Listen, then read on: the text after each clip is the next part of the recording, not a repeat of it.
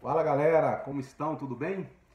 Cara, nós estamos muito empolgados com essa série sobre oração que a gente está aqui desenvolvendo na Cristo House, né? Tivemos um culto quarta passada, né? E teremos um culto hoje, né? Quarta-feira, dia 28 às 19 horas, novamente para dar continuidade a essa série com esse assunto muito importante, né? Na vida cristã.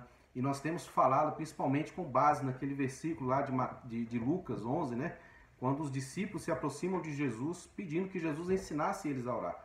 Então a gente tem refletido exatamente nisso, né? Na importância da oração e que a gente aprenda a orar com Jesus, com a palavra de Deus, com aquilo que a Bíblia, né, tem a nos dizer sobre oração. E é tão importante isso, gente, que a Bíblia é um livro que está repleto, né, repleto de orações, de pessoas que oraram, de homens que gastaram tempo com oração, né? E a oração, ela é esse encontro que a gente tem com o nosso Deus, sabendo que esse Deus que nós vamos encontrar com Ele é um Deus, né, Pai, Ele é Deus e Ele é também um Rei, né? Nós precisamos ter isso em mente, por quê? Porque nós precisamos saber a pessoa que está do lado de lá, que nós vamos nos aproximar, né? Precisamos ter um coração quebrantado, precisamos, né, saber que Ele é Deus, que a gente precisa se aproximar dele sabendo que Ele é um Deus santo, que Ele é um rei, que tem autoridade e que Ele também é um pai amoroso, né, que ama os seus filhos, né? E eu gostaria de dividir com você aqui, essa manhã, aqui em Mateus capítulo 6, versos 5, 6 e 7 e também o 8, né, alguns princípios importantes para aqueles que se aproximam de Deus. Esses princípios, eles antecedem a oração que Jesus ensina ali para os seus discípulos, a oração do Pai Nosso, né, ou a oração dominical, né? Então, pensando nisso, nessa prévia, eu gostaria aqui de pensar com vocês esses versículos. Então, abre sua Bíblia lá em Mateus capítulo 6, do verso 5, 6, 7 e 8, ok? Então, vamos lá. E quando orares, não sereis como os hipócritas, porque gostam de orar em pé nas sinagogas e nos cantos das praças, para serem vistos dos homens. Em verdade vos digo que eles já receberam a recompensa.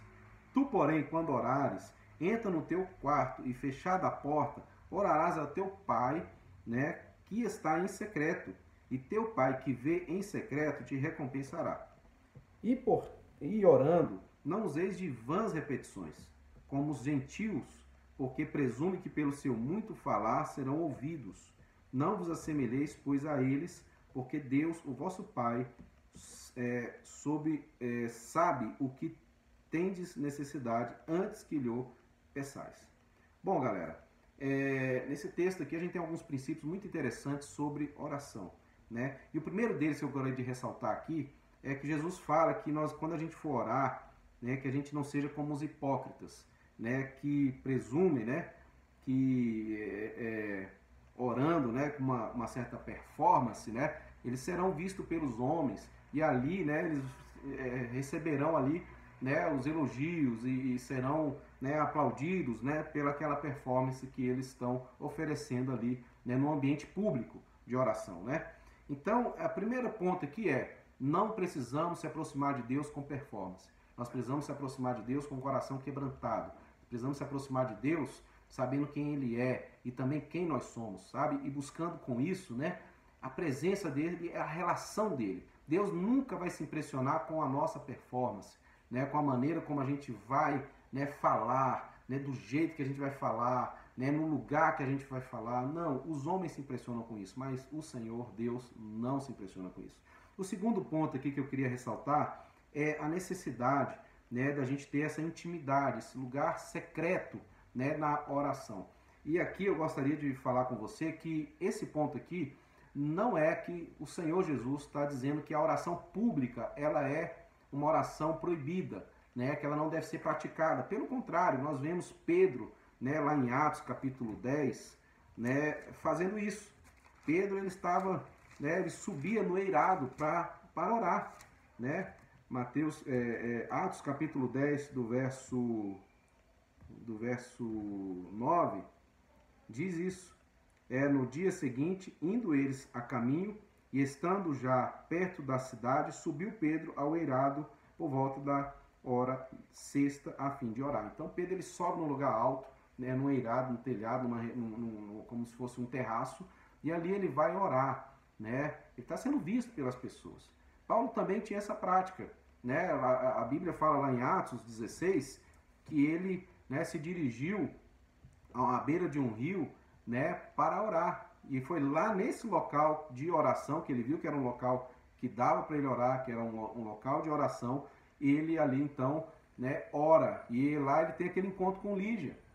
Mas ele escolhe um local público, beira do rio, né?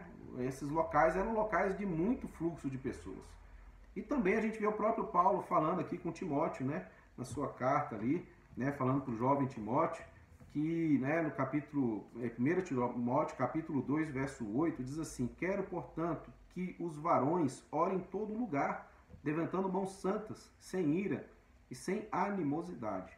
Então, o que de fato o Senhor quer dizer para a gente aqui com esse lugar secreto, esse quarto, com essa porta fechada, né? E você vai orar ao seu pai, né? E o seu pai que está em secreto, que vê em secreto, né?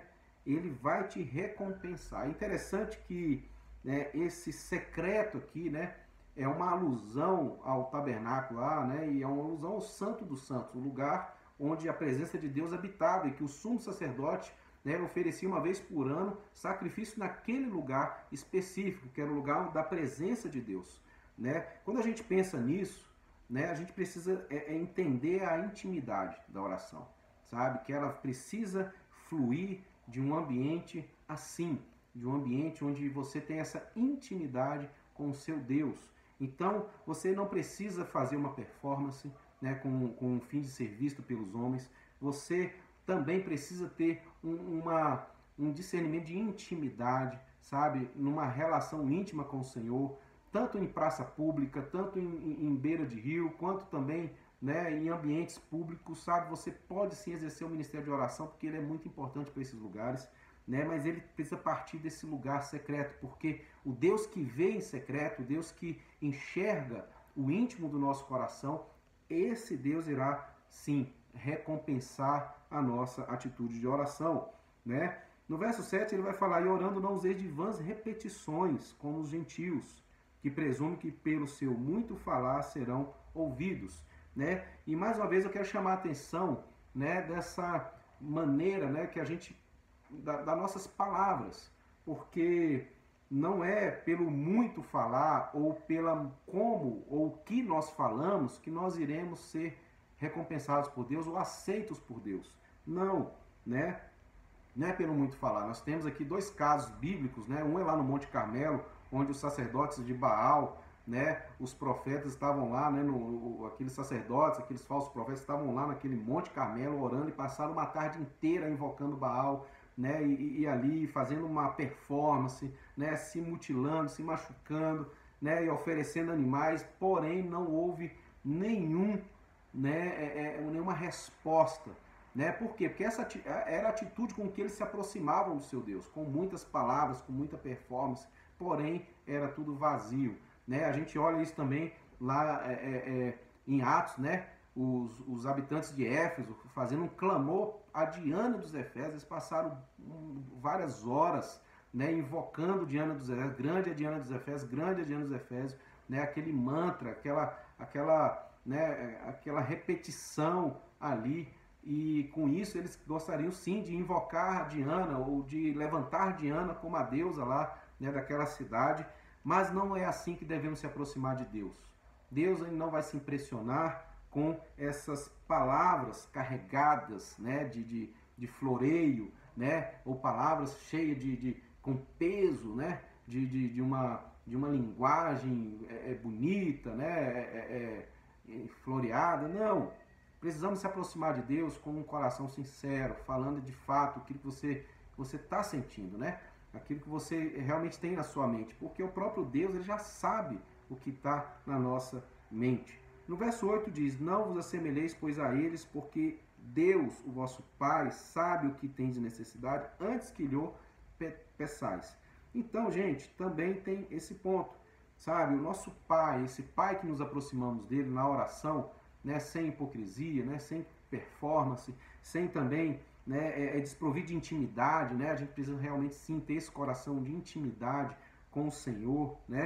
E também, né, sem essas vãs repetições, com palavras floreadas, né, que a gente pode achar que com isso Deus vai nos ouvir ou ele vai ficar impressionado com a nossa fala. Não, o nosso Pai, né? Você está se aproximando de um Deus que é Pai, sabe? Que já sabe aquilo que precisamos, mas que Ele também quer ouvir da sua própria boca, dos seus próprios lábios, sabe? As suas necessidades, né? E isso aqui é uma chave, né? A Bíblia diz: não andeis ansiosos com coisa alguma, antes que seja conhecida de Deus, por Deus as vossas petições, está lá em Filipenses, né? E então com isso a gente pode entender por que Deus, sabendo das nossas necessidades, por que precisamos orar? Então, qual que é então a necessidade disso, né? Cara, Deus quer exatamente que a gente dependa dele, sabe? A gente precisa estar desprovido desse coração cheio de orgulho e de autossuficiência. Se achegue ao Senhor, coloque essas coisas diante dele. Com isso também, nessa relação íntima com o Senhor, nesse encontro de oração em relação íntima com o Senhor, né, nós também estamos educando o nosso próprio coração a não ser autossuficiente e soberbo, sabe? Se aproxime de Deus, faça conhecida diante dele as suas necessidades. Você está com necessidade na sua saúde, no seu casamento, sabe?